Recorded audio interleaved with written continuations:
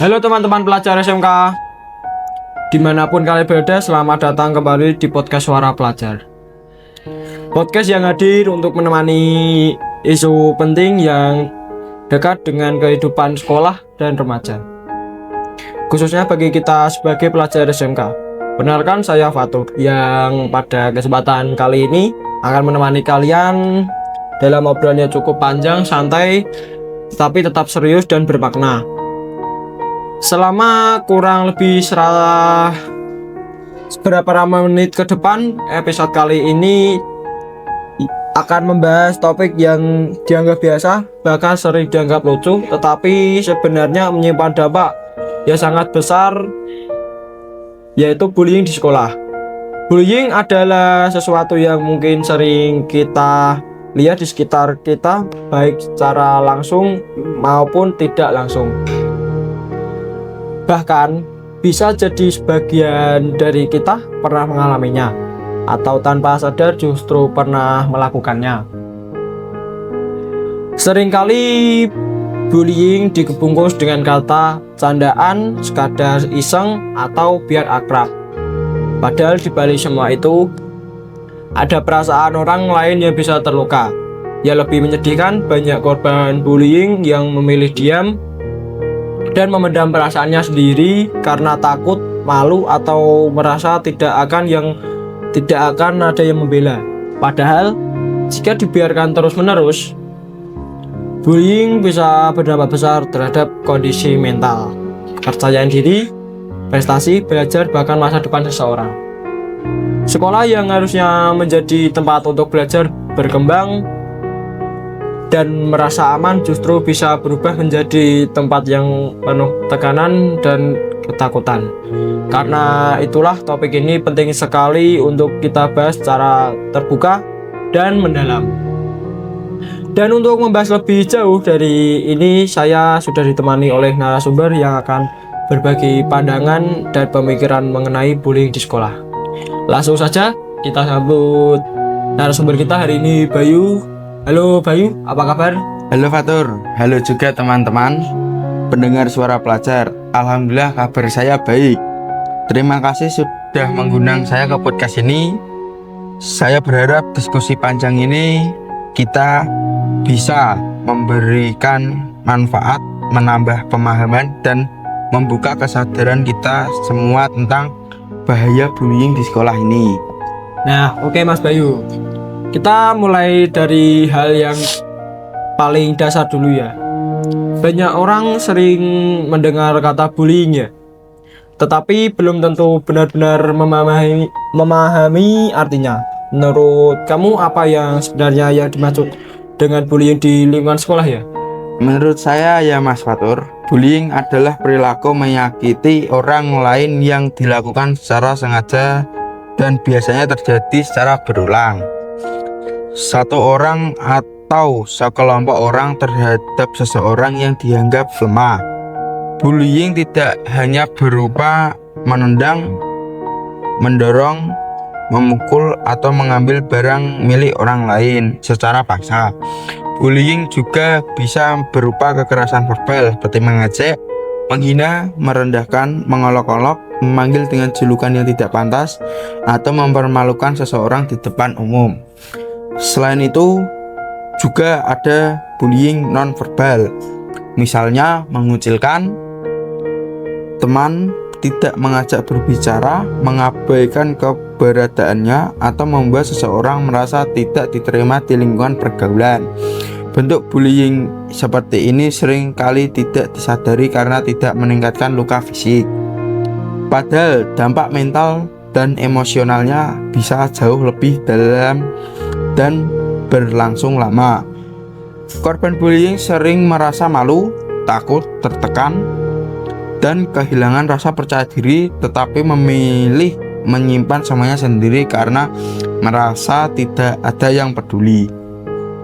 Nah, berarti bullying itu memang tidak pantas selalu terlihat secara kasat mata ya Mas Bayu ya? Betul sekali Mas Fatur. Banyak korban bullying yang dari luar terlihat baik-baik saja. Mereka masih datang ke sekolah, masih mengikuti pelajaran, dan masih bisa tersenyum. Namun Di dalam dirinya, mereka sedang berjuang menghadapi tekanan mental yang berat. Jika kondisi ini dibiarkan terlalu lama, korban bisa merasa tidak berharga dan menganggap sekolah sebagai tempat yang tidak aman dan tidak nyaman.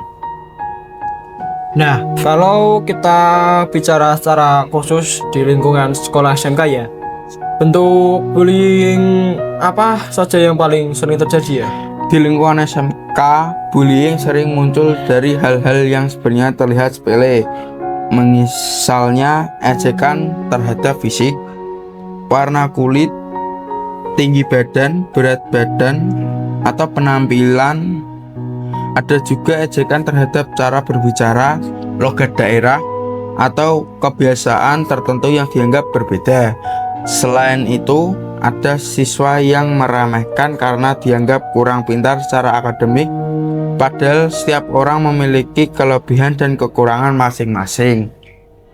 Perbedaan jurusan juga sering dijadikan bahan ejekan, seolah-olah ada jurusan yang lebih hebat dibandingkan jurusan lainnya. Belum lagi perbedaan kondisi ekonomi seperti ejekan tentang pakaian, sepatu, atau barang yang digunakan. Budaya senioritas juga sering menjadi pemicu bullying, di mana siswa yang lebih tua merasa memiliki kekuasaan di atas juniornya. Nah, dan sekarang bullying itu juga semakin sering terjadi di media sosial ya? Iya, bullying di media sosial atau cyberbullying bahkan bisa lebih berbahaya. Komentar negatif, sindiran di story, unggahan yang mempermalukan seseorang, hingga menyebaran foto atau video tanpa izin bisa menyebar dengan sangat cepat. Pelaku sering merasa aman karena tidak bertatap muka langsung dengan korban. Padahal korban bisa merasa sangat tertekan karena bullying tersebut bisa dilihat oleh banyak orang dan sulit untuk dihapus. Nah, menurut kamu Mas Bayu, apa dampak paling serius sih dari bullying bagi korban? Dampak bullying sangat besar dan tidak boleh dianggap remeh. Korban bisa kehilangan rasa percaya diri dan merasa dirinya tidak berharga.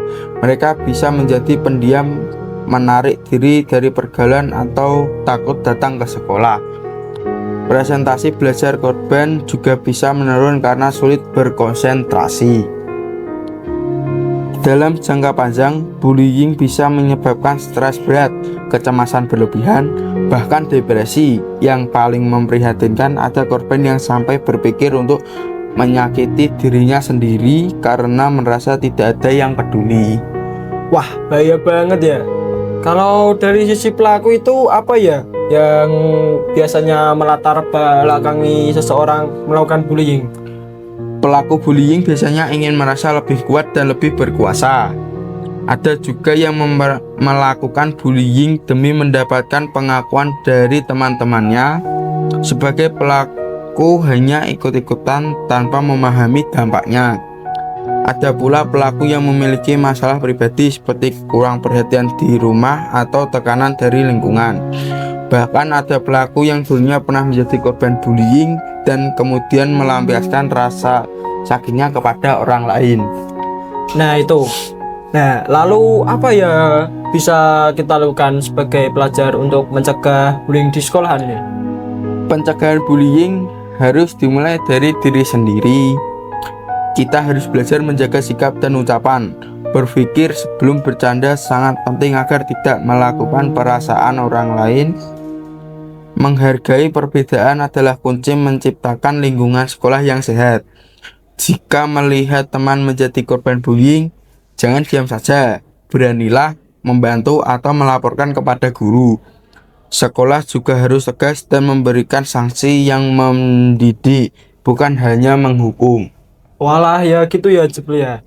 Sebagai penutup, Mas Bayu, apa pesan terakhir yang ingin kamu sampaikan? Pesan dari saya sederhana aja. Jangan pernah menganggap remeh perasaan orang lain. Apa yang menurut kita hanya candaan bisa menjadi luka yang sangat dalam bagi orang lain.